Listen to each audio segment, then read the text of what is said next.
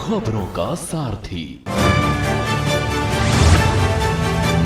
गोरखपुर दौरे पर मुख्यमंत्री योगी आदित्यनाथ। श्री भगवत गीता का होगा पाठ। मानसरोवर मंदिर से निकालेंगे शोभा यात्रा में शामिल होंगे सीएम।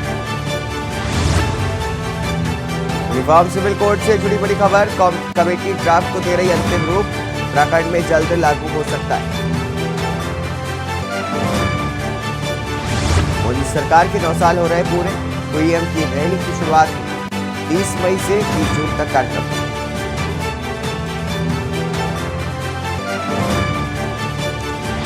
माफिया मुख्तार अंसारी से जुड़ी खबर। सजा के खिलाफ दाखिल की गई याचिका। अर्जी पर हाईकोर्ट में सुनवाई आज। गैंगस्टर मामले में है 10 साल की सजा। कर्नाटक के डीजीपी प्रवीण सूद बने सीबीआई के डायरेक्टर। कर्नाटक में टीके शिव कुमार से रखी है तनखी।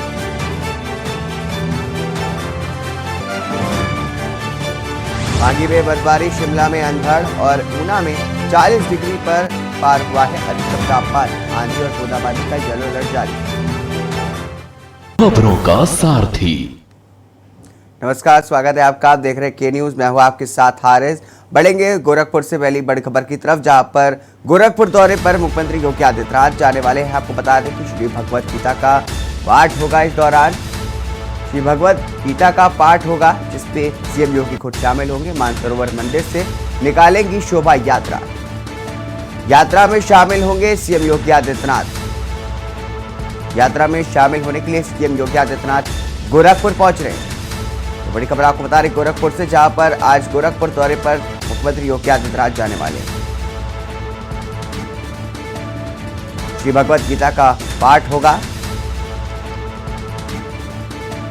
मानसरोवर मंदिर से निकलेगी शोभा यात्रा।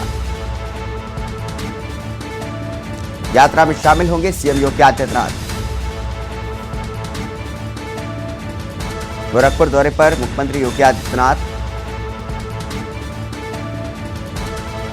श्री भगवत गीता का पाठ होगा। मानसरोवर मंदिर से निकलेगी शोभा यात्रा। इस यात्रा में खुद शामिल होने के लिए सीएम योगी आदित्यनाथ पहुंचेंगे। तो आपको बता दें कि गोरखपुर दौरे पर मुख्यमंत्री योगी आदित्यनाथ जाने वाले हैं। इस दौरान श्री भगवत गीता का पाठ भी किया जाएगा।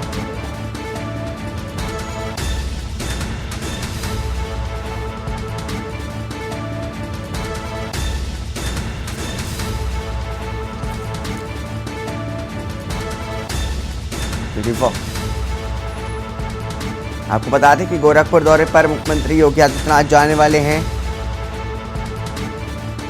श्री भगवत गीता का पाठ होगा। इस दौरान आपको बता दें कि मानसरोवर मंदिर से शोभा यात्रा निकलेगी, जिसमें शामिल होने के लिए खुद सीएम योगी आदित्यनाथ वहां पर पहुंचेंगे। यात्रा में शामिल होंगे सीएम योगी आदित्यनाथ। इस यात्रा की शोभा बढ़ाने के लिए शोभा यात्रा में शामिल होंगे सीएम योगी। गोरखपुर दौरे पर मुख्यमंत्री योगी आदित्यनाथ।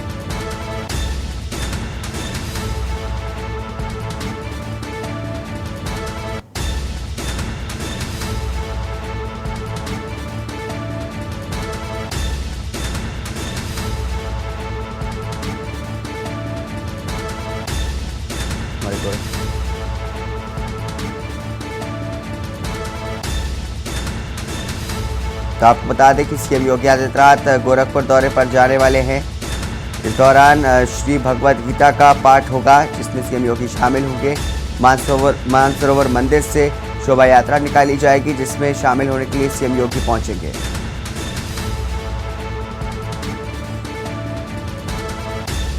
हमारे गोरखपुर से ब्यूरो चीफ रामशंकर हमारे साथ लाइव जुड़े हैं। आपको बता दें रामशंकर, जिस तरीके से बताया जा रहा है कि सीएम योगी आदित्यनाथ आज गोरखपुर दौरे पर जाने वाले हैं, क्या कुछ जानकारी है इसको लेकर के? जी बिल्कुल, आपको बता दें कि मुख्यमंत्री योगी आदित्यनाथ अपने 2 दिवसीय दौरे पर हैं और गोरखपुर अभी से कुछ ही क्षणों में जो शोभा यात्रा, जो भव्य शोभा यात्रा निकाली गई है, जो मानसरोवर से निकाली गई है और जो है मानसरोवर से गोरखनाथ मंदिर की तरफ जाएगी। आपको बता दें जिसमें तकरीबन 9 नवीन देव विग्रहों की पूजा की जाएगी और तकरीबन 1 घंटे का महाराज जी जो है रुद्राभिषेक करेंगे। उसके बाद जो श्रीमद् भागवत कथा का आज आयोजन किया गया है, जो कि 21 तारीख तक चलेगा, उसमें उन नवीन 9 विग्रहों को जो है स्थापित करेंगे और वहां पर जो है पूजा अर्चना भी करेंगे। तो निश्चित तौर से जो ये एक बड़ी उपलब्धि होगी। ये चूंकि नगर निकाय चुनाव की जीत के बाद ये जो श्रीमद् भागवत गीता का मंदिर में पाठ शुरू हो रहा है और जिसमें मुख्यमंत्री योगी आदित्यनाथ खुद जो है एक भव्य शोभा जुलूस में अब से जो कुछ ही क्षणों में पहले निकला है, जिसमें शामिल हुए हैं और वो मानसरोवर पर जाएंगे और वहां 1 घंटे का रुद्राभिषेक करेंगे। आपको ये भी बता दें कि मानसरोवर जो भव्य शोभा यात्रा निकाली गई उसमें 9 नवीन देव विग्रहों का जो है पूजा पाठ भी किया जाएगा, जिसको गोरखनाथ मंदिर के जो श्रीमद् भागवत कथा का जो प्रयोगशाला बनाया गया है वहां पे जो है उसको स्थापित किया जाएगा। तो निश्चित तौर से जो श्रीमद् भागवत गीता का जो पाठ जो आज से तकरीबन 21 तारीख तक चलेगा, उसमें तमाम संत महासंत और मुख्य पुरोहित पंडित रामानुज त्रिपाठी जी भी सम्मिलित रहेंगे। जी रामशंकर, जिस तरीके से आपने बताया कि निकाय चुनाव के बाद जो है गोरखपुर जा रहे हैं सीएम योगी आदित्यनाथ, तो ये कहा जा सकता है कि ये यात्रा जो है केवल जो है वो आस्था की यात्रा है या फिर इस पे कोई राजनीतिक दौरा भी कहा जा सकता है इसको? देखिए, चूंकि महाराज जी भले मुख्यमंत्री हैं लेकिन वो आस्था से भी जुड़े हैं, तो निश्चित तौर से मुख्यमंत्री ये चुनाव को लेकर कुछ भी कहना ठीक नहीं होगा, क्योंकि मुख्यमंत्री खुद जो है चाहे कोई भी समय हो हमेशा पूजा पाठ, जैसे जब भी वो गोरखपुर आते हैं तो सबसे पहले वो जाके अपने जो पूर्व महंत थे उनके चरणों में जो है आशीर्वाद लेते हैं, गोरखनाथ मंदिर में आशीर्वाद लेते हैं। तो निश्चित तौर से चाहे वो होली हो चाहे अन्य तमाम जगह जो भी समय हो, उसमें महाराज जी विधि विधान से पूजा पाठ करते हैं। हालांकि निश्चित तौर से हो सकता है कि जो प्रचंड जीत जो है नगर निकाय चुनाव में बीजेपी को मिली है, तो महाराज जी उसके प्रति भी पूजा पाठ की ये तैयारी करवाए हों, नो डाउट। लेकिन निश्चित तौर से महाराज जी जो है पूजा पाठ में काफी विलीन भी करते हैं और पूजा पाठ करते भी रहते हैं। खुद 9 दिन का व्रत भी रहते हैं। दोनों जो नवमी व्रत पढ़ते हैं साल में 2 बार, उसको भी महाराज जी व्रत रहते हैं। तो निश्चित तौर से ये माना जा सकता है कि महाराज जी जो है अपने पूजा पाठ में रामशंकर जी, जब भी जो है सीएम योगी आदित्यनाथ जब भी गोरखपुर जाते हैं वो हमेशा जनता दरबार या जनता दर्शन का एक कार्यक्रम का आयोजन जरूर रहता है उनका, तो इस बार भी इस तरह का कोई कार्यक्रम का आयोजन होगा? जी बिल्कुल। देखिए, कल भी महाराज जी गोरखपुर में रहे तो कल भी जनता दरबार लगा था और आज भी सुबह जनता दरबार लगा था। जनता दरबार से ही महाराज जी ने इस शोभा यात्रा में वहां से निकल के शामिल हुए। जितने भी लोग थे सारे लोगों की बात सुनी महाराज जी ने। उसके बाद फिर शोभा यात्रा में शामिल हुए, जहां भीम मानसरोवर पर जाएंगे और 1 घंटे का रुद्राभिषेक भी करेंगे। जी बहुत बहुत शुक्रिया रामशंकर जी, तमाम जानकारी हमारे साथ साझा करने के लिए। तो आपको बता दें कि सीएम योगी आदित्यनाथ आज गोरखपुर दौरे पर जाने वाले हैं लोक सेवा आयोग की। आपको बता दें कि इस दौरान श्री भगवत गीता का पाठ भी होगा। मानसरोवर मंदिर से शोभा यात्रा निकाली जाएगी, इसमें सीएम योगी आदित्यनाथ शामिल होंगे।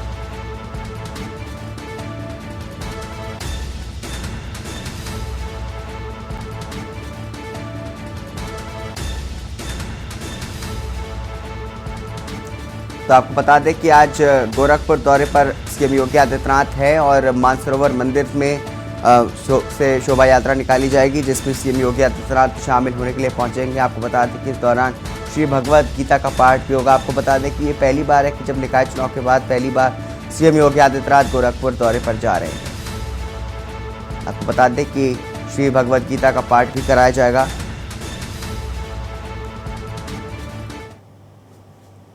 अगली बड़ी खबर यूनिफॉर्म सिविल कोड से जुड़ी है।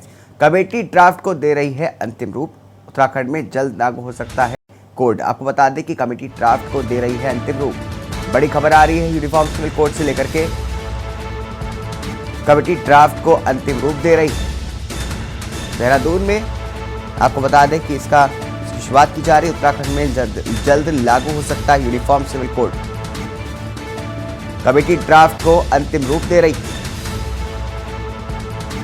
बताया जा रहा है कि जल्द ही जो है यूनिफॉर्म सिविल कोड जो है वो देहरादून में उत्तराखंड में लागू हो जाएगा। कमेटी ड्राफ्ट को दे रही है अंतिम रूप। आपको बता दें कमेटी का गठन किया गया है जो इसका अंतिम रूप देने के लिए तैयार है पूरी तरीके से। उत्तराखंड में जल्द लागू हो सकता है यूनिफॉर्म सिविल कोड। आपको बता दें कि काफ़ी समय से जो है जनता की तरफ से मांग की जा रही थी कि यूनिफॉर्म सिविल कोड होना चाहिए। अब एक प्रदेश में अभी फिलहाल एक कानून लागू किया जा रहा है। यूनिफॉर्म सिविल कोड से जुड़ी बड़ी खबर आपको बता रहे हैं। कमेटी ड्राफ्ट को अंतिम रूप देने में जुटी हुई। ये बहुत ही ऐतिहासिक कदम होगा अगर इसको लागू किया जाएगा। कमेटी ड्राफ्ट को अंतिम रूप दे रही है। हमारे संवाददाता अंकित काला देहरादून से हमारे साथ जुड़े हैं। अंकित, जिस तरीके से बताया जा रहा है कि जल्द ही जो है यूनिफॉर्म सिविल कोड की जो पूरी प्रक्रिया है वो जल्द लागू हो जाएगी, क्या कुछ खबर है उसको लेकर के? देखिए, मुख्यमंत्री पुष्कर सिंह धामी से कल हमारी बातचीत हुई थी। उसमें सीएम पुष्कर सिंह धामी ने कहा है कि यूनिफॉर्म सिविल कोड को लेकर के जो कमेटी का गठन किया गया है वो कमेटी जल्द ही अपनी एक ड्राफ्ट बना करके सरकार को सौंप देगी। करीब करीब 30 जून से पहले ये ड्राफ्ट सरकार को मिल जाएगा। तो इस ड्राफ्ट के मिलने के बाद सरकार इसको कानून बनाने की दिशा में आगे बढ़ेगी और संभवतः 23 जून के बाद आप देखेंगे कि यूनिफॉर्म सिविल कोड राज्य में लागू होने की प्रक्रिया में पहला कदम सरकार बढ़ाती हुई नजर आएगी। इस तरीके की बात मुख्यमंत्री पुष्कर सिंह धामी ने कही है। बता दें कि जो रंजना जो जज हैं उनकी अध्यक्षता में ये कमेटी का गठन किया गया है और फिलहाल इस कमेटी की ओर से पूरे जनपदों का, पूरे राज्य प्रदेश भर का भ्रमण किया जा रहा है। लोगों से राय मशवरा मांगी जा रही है। जो उनकी आपत्ति है उसको आमंत्रित किया जा रहा है। इसके अलावा लोगों से सुझाव मांगे जा रहे हैं। तो ये जो तमाम सारी प्रक्रिया है वो यूनिफॉर्म सिविल कोड की तरफ आगे बढ़ने की दिशा में ये सरकार लगातार कदम आगे बढ़ा रही है और लोगों के सुझाव भी इसमें मांगे जा रहे हैं। तो रंजना देसाई की अध्यक्षता में जो कमेटी का गठन किया गया है, फिलहाल वो कमेटी जनता से इस संबंध में राय मांग रही है और एक ड्राफ्ट 30 जून से पहले सरकार को ये कमेटी एक ड्राफ्ट यूनिफॉर्म सिविल कोड को लेकर के सौंप देगी और उसके बाद सरकार कहीं ना कहीं इसको कानून बनाती हुई नजर आएगी। तो सरकार तो अपनी तरफ से इस कानून को लेकर के काफी ऐतिहासिक बता रही है। उसका कहना है कि यूनिफॉर्म सिविल कोड इस समय राज्य की मांग है और सरकार इस दिशा में आगे बढ़ रही है, जबकि विपक्ष का कहना है कि ये सारी जो कवायद है ये चुनाव के दृष्टिगत है और इसका कोई लाभ जनता को नहीं मिलने वाला है। जी अंकित, जिस तरीके से आपने बताया कि काफ़ी देखा जाए तो यूनिफॉर्म सिविल कोड जो है उसकी जो मांग है वो काफ़ी लंबे समय से बीजेपी करती आई है और अब जा करके उत्तराखंड में इसको लागू किया जाने वाला है। तो विपक्ष की तरफ से इसकी क्या प्रतिक्रिया सामने आ रही है और इसके लागू होने के बाद जनता पर इसका क्या असर पड़ेगा? देखिए, जनता पर इसका सकारात्मक असर पड़ेगा या नहीं पड़ेगा ये तो समय बताएगा, लेकिन इस कानून की अगर हम बात करें तो संविधान की धारा आर्टिकल 44 में भी ये कहा गया है कि राज्य को या देश को यूनिफॉर्म सिविल कोड की दिशा में आगे बढ़ना चाहिए। तो एक संवैधानिक भी ये एक मांग है, लेकिन इसमें ये माना जाता है कि अगर सरकार सभी धर्मों के लिए एक समान नागरिक संहिता का कानून बना देती है तो कहीं ना कहीं जो महिलाएं हैं उसके लिए उसके जो अधिकार हैं वो काफी संरक्षित हो जाते हैं। और जी अंकित, बहुत बहुत शुक्रिया इस पर विस्तार से हमारे साथ बात करने के लिए। तो जिस तरीके से हमारे अंकित काला ने बताया कि काफ़ी लंबे समय से इसकी डिमांड थी और अब पूरी होने जा रही है।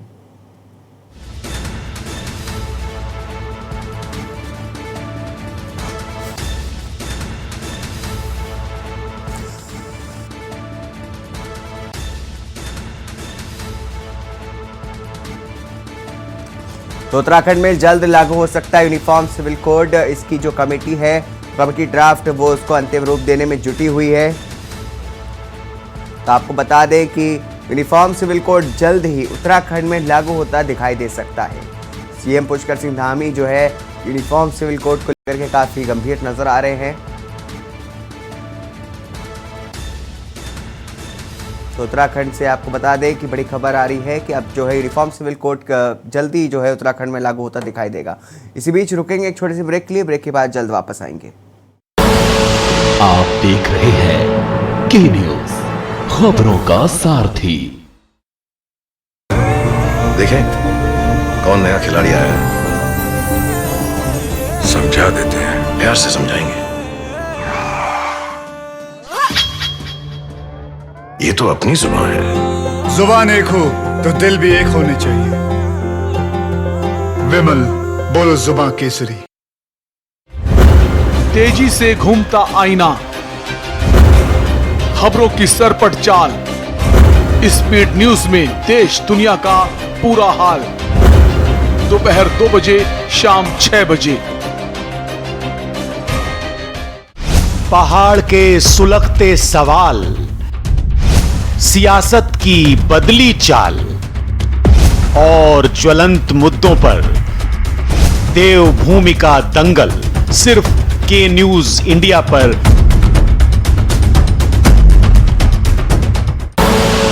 आप देख रहे हैं के न्यूज, खबरों का सारथी। ब्रेक के बाद स्वागत है आपका। मोदी सरकार के 9 साल हो रहे हैं पूरे। पीएम की रैली की होगी शुरुआत। 30 मई से 30 जून तक कार्यक्रम होगा। आपको बता दें कि कार्यक्रम में शामिल होंगे पीएम मोदी।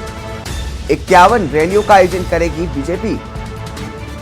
तो आपको बता दें कि बीजेपी के 9 साल पूरे होने वाले हैं शासन में। पीएम की रैली की शुरुआत की जाएगी 30 मई से 30 जून तक कार्यक्रम का आयोजन किया जाएगा, जिसमें पीएम मोदी खुद शामिल होंगे। आपको बता दें कि कार्यक्रम में शामिल होंगे पीएम मोदी। हमारे संवाददाता दिल्ली से प्रवेश शर्मा हमारे साथ जुड़े हैं इस पर बात करने के लिए। प्रवेश, जिस तरीके से बताया जा रहा है कि बीजेपी जो है 9 साल का जश्न मनाने के लिए जल्दी पूरी तैयारी में जुटी हुई है, उसको लेकर के क्या कुछ खबर है?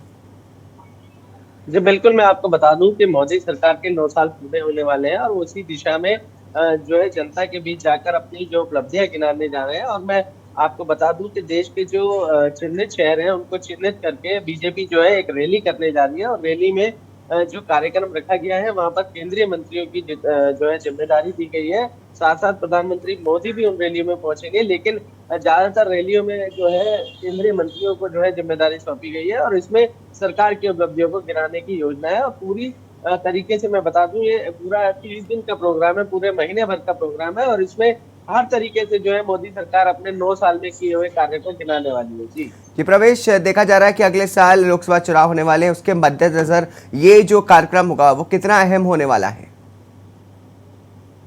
2024 में जो लोकसभा चुनाव है उसके अंतर्गत ही सरकार जो है अपनी मैं आपको बता दूं, चाहे वो उज्ज्वला योजना हो, किसान निधि फंड हो, या फिर बात करें ये भारत स्वच्छता मिशन हो, या फिर इसके अलावा आयुष्मान भारत हो, ये जो बड़ी उपलब्धियां हैं सरकार इसको जो है जनता के बीच जाकर गिनाकर अपनी लोकसभा चुनाव की तैयारी करेगी और उनको ये बताने की कोशिश करेगी कि बीजेपी की सरकार में आपको क्या क्या जनता के हित में हुआ और वो हर हाल में जो है लोकसभा चुनाव की तैयारी के लिए हो रहे। लोकसभा चुनाव में कुल मैं बता दूं आपको 10 महीने का समय बचा हुआ है और उसमें सरकार की उपलब्धियां गिनाकर जनता के बीच जाकर मोदी सरकार की जो उपलब्धियों को गिनाकर खुद केंद्रीय मंत्री और प्रधानमंत्री मोदी गिनाएंगे, तो ये अपने आप में एक बड़ी रैली कहलाएगी।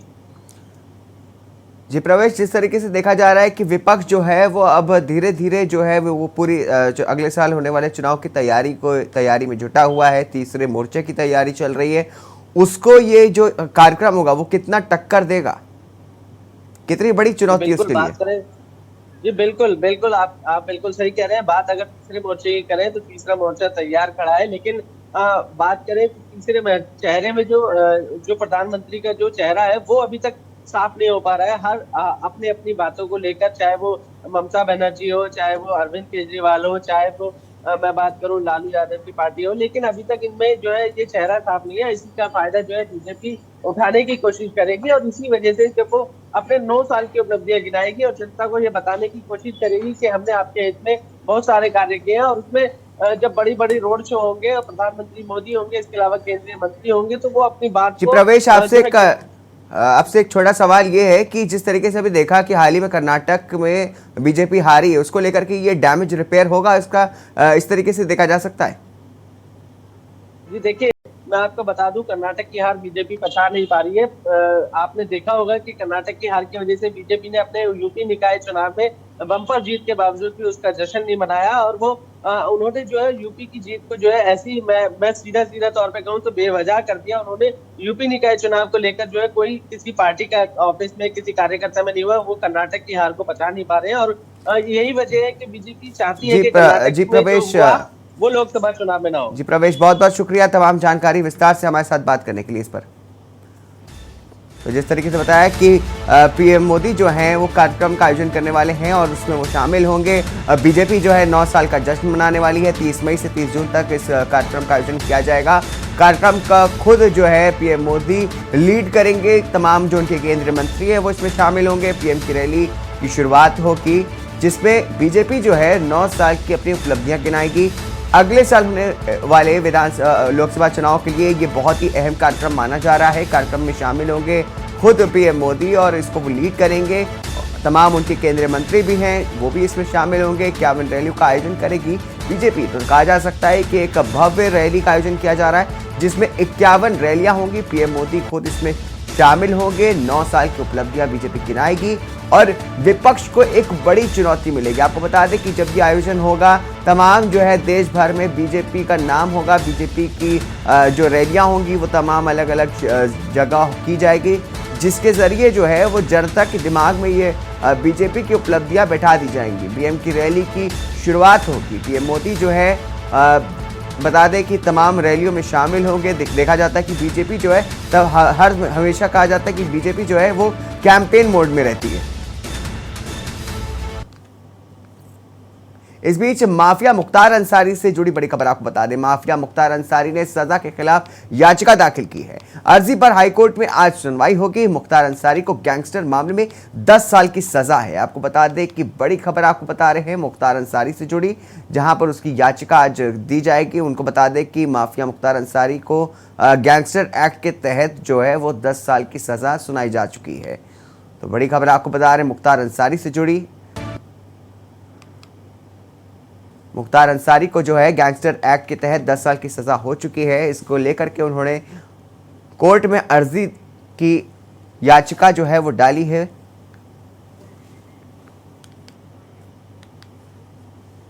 अगली खबर शाहजहांपुर से, जहां पर फतेहपुरी रेती मोहल्ले में एक महिला ने तेल छिड़क करके आग लगा करके आत्महत्या करने का प्रयास किया, जिससे महिला झुलस गई। वहीं महिला को जिला अस्पताल में भर्ती कराया गया है। रामचंद्र मिशन थाना क्षेत्र के फतेहपुर रेती निवासी सुंदरलाल यादव की बेटी सरोज यादव सोनी ने आग लगा करके आत्महत्या करने का प्रयास किया। वहीं मोहल्ले में लगे सीसीटीवी कैमरे में आग लगाने की फुटेज जो है वो कैद हो गई है। फुटेज में महिला घर से बाहर निकल करके आती है और तेल छिड़क करके अपने सूट में आग लगा लेती है, जिससे भरभरा करके महिला आग की लपटों से घिर जाती है और वो जलती हुई घर की ओर भागती है। पीछे से महिला के भाई घटना का वीडियो बनाते हुए दिखाई पड़ रहे हैं। महिला का आरोप है कि मोहल्ले के पवन गुप्ता की पत्नी पार्षद निर्वाचित हुई है। उन्होंने उसे डराया व धमकाया, जिससे प्रताड़ित होकर के उन्होंने आग लगा ली।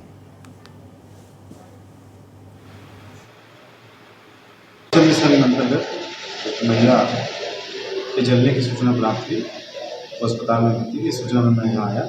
मैंने महिला से बात की, उसके द्वारा बताया गया कि मेरा पड़ोसी से पूर्व विरोधी विवाद चल रहा है। इसी विवाद में आज दोनों पक्षों में कुछ बहस हुई है। इससे क्षुब्ध होकर उसने आग लगा ली है। इस संबंध में कोई फुटेज प्राप्त हुई है, इसकी जांच की जा रही है और इस संबंध में जांच में जो भी तथ्य आई है उस हिसाब से अगली विधिक कार्रवाई की जाएगी। इसके साथ इस बुलेटिन में बस इतना ही। दीजिए इजाजत, नमस्कार। आप देख रहे हैं के न्यूज़, खबरों का